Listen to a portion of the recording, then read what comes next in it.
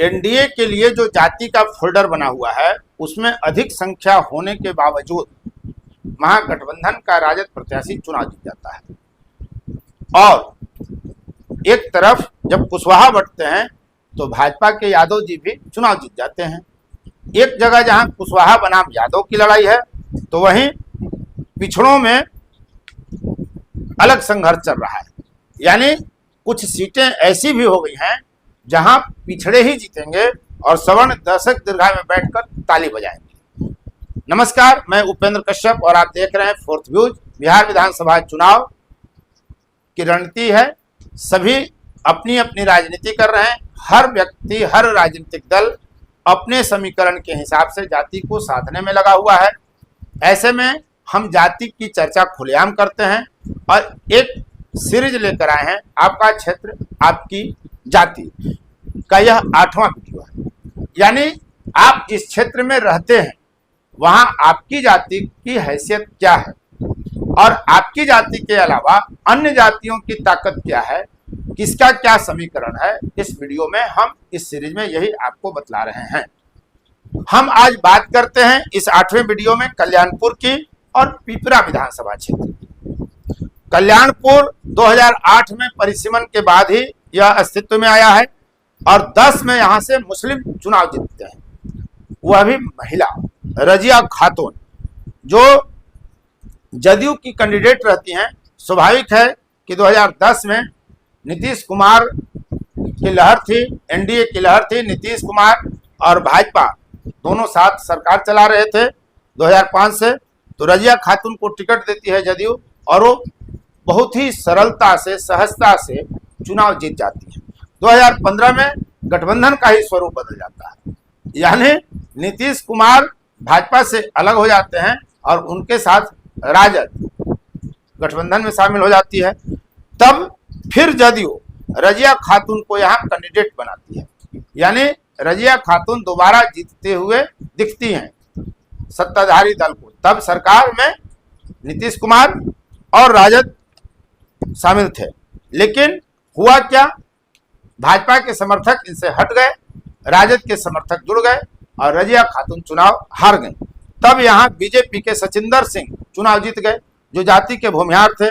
जबकि सचिंदर सिंह 2010 में केसरिया विधानसभा क्षेत्र से चुनाव जीते थे और जब 2020 में चुनाव हुआ, यानी 10, 15, 20 इस सीट के वजूद के बाद 2020 में मनोज यादव यहाँ फिर से राजद का झंडा बुलंद कर देते हैं। यानी जदयू, भाजपा और फिर राजद, मुस्लिम, भूमिहार और यादव, यही अभी तक 3 चुनावों का वहां ट्रेंड रहा है। और बीजेपी के सचिंदर प्रसाद सिंह तब 2020 में चुनाव हार गए। अब सवाल यह उठता है कि 2025 में क्या होगा, कि परिसीमन से पहले यानी 2005 के चुनाव तक। तो 1977 से 2020 तक जो चुनाव हुए उसमें जदयू 4 बार चुनाव जीती और राजद 2 बार जीती थी। कुशवाहा और भूमिहार का यहाँ वर्चस्व रहा है, लेकिन समीकरण बदल गया है। अब मुस्लिम, भूमिहार और यादव, जब परिसीमन के बाद जब क्षेत्र का स्वरूप बदला तो कुशवाहा और भूमिहार का वर्चस्व वाला यह क्षेत्र, समीकरण यहाँ जातिगत बदल गया और अब यहाँ मुस्लिम, भूमिहार, यादव तीनों जीते हैं। तो तीनों ही लगभग जीतने की संभावना यहाँ रखते हैं। इसलिए यहाँ महागठबंधन और एनडीए के फोल्डर में जो जातियां हैं हम उसको अलग अलग करके आपको बतलाते हैं, ताकि आपको अनुमान लगाना सरल होगा कि 2025 के चुनाव में जिस जाति का प्रत्याशी है उसके साथ कौन कौन सी जातियां जाएगी, किस दल का जो प्रत्याशी है उसके साथ कौन कौन जातियां उसके फोल्डर में है, किन किन जातियों को साधना होगा और तब चुनाव परिणाम क्या होगा, कौन सी जातियां सधेंगी, कौन सी जातियां नहीं साधी जा सकती हैं, ये आप आकलन कर सकते हैं बड़ी सहजता से। कल्याणपुर में 2,68,432 मतदाता 1 जनवरी 2025 को बिहार राज्य निर्वाचन आयोग द्वारा सूची के अनुसार हैं। अब इन मतदाताओं में यादव 37,000 और मुस्लिम 46,000, यानी महागठबंधन का जो आधार वोटर है माई समीकरण, उन मतदाताओं की संख्या 83,000 है।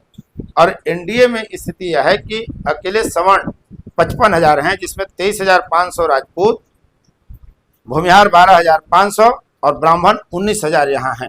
इनके अलावा 5,500 कुर्मी, 18,000 पासवान और 27,000 वैश्य जुड़ जाते हैं।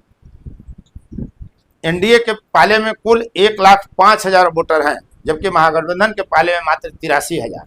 लेकिन जाति साधने के खेल में महागठबंधन पिछले चुनाव में 2020 के चुनाव में सफल हुई और यहाँ से मनोज यादव चुनाव जीतने में सफल रहे थे।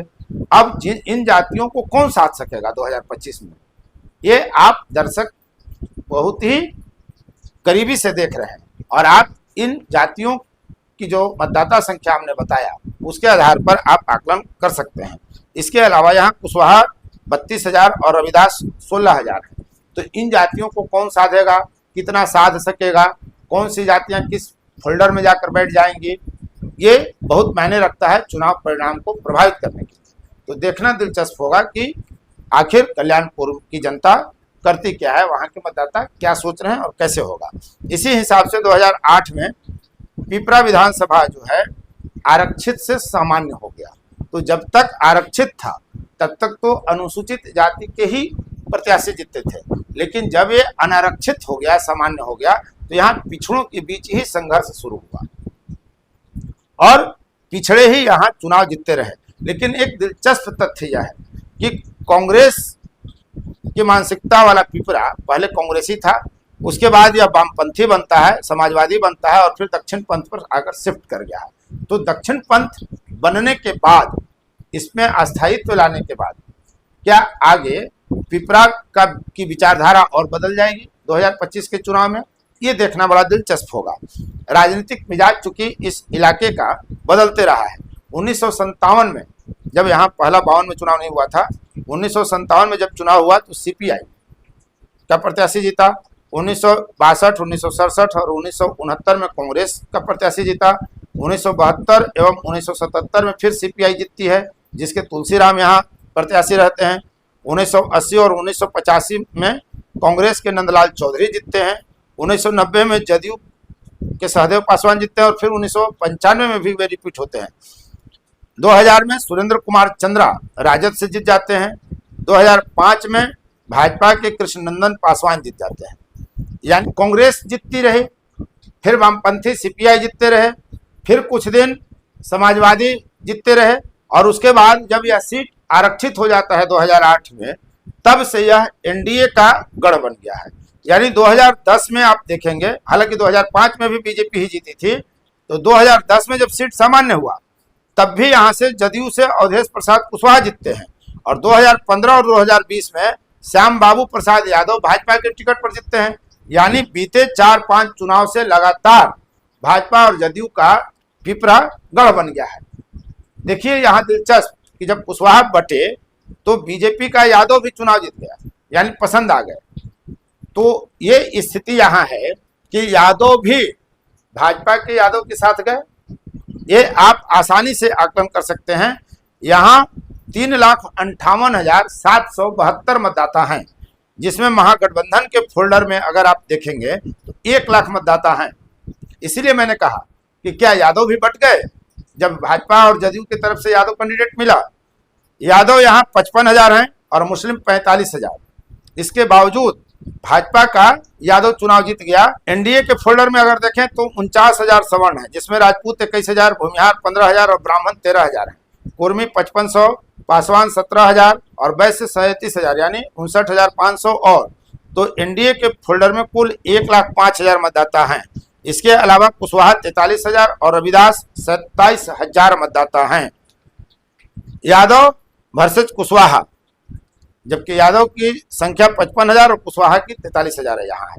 इसीलिए कहा यह जा रहा है कि अगर यादव थोड़ा सा भी आएंगे बीजेपी की तरफ तो यहाँ बीजेपी का यादव श्याम बाबू प्रसाद यादव चुनाव जीत जाते हैं। यानी यह भी कहा जा सकता है कि भाजपा का यादव भी यादवों को पसंद है। यह और बात है कि अपनी जाति होने के कारण यह आकर्षण पैदा होता है और यही कई जातियों का वोट पैटर्न भी देखा जाता है। और यादव तो बड़ी गर्व से गिनाते हैं। भाजपा के यादव जो नेता बड़े पद पर हैं उनका भी नाम यादव समुदाय द्वारा लिया जाता है। यानी अपनी जाति का नेता चाहे जिस दल में हो, जिस विचारधारा का हो, वह स्वीकार्य है। बस आप दर्शक जो ग्राउंड जीरो पर हैं वो आपस में मतभेद कर लेते हैं, जबकि जो मजबूत और सशक्त जातियां हैं उनकी मंशा होती है कि हर राजनीतिक दल में उनकी जाति का पावरफुल व्यक्ति बैठा हुआ हो।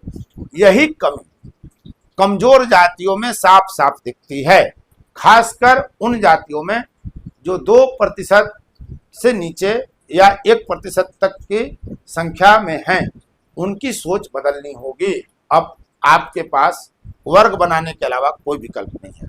जाति के आधार पर अगर आप राजनीति करेंगे तो आप कमजोर साबित होंगे, इसलिए कि मजबूत जातियां आप पर हावी रहेंगी। इसलिए जरूरी इस बात की है कि जो 1% से कम वाली जातियां हैं वे अपना एक अलग समूह बनाएं।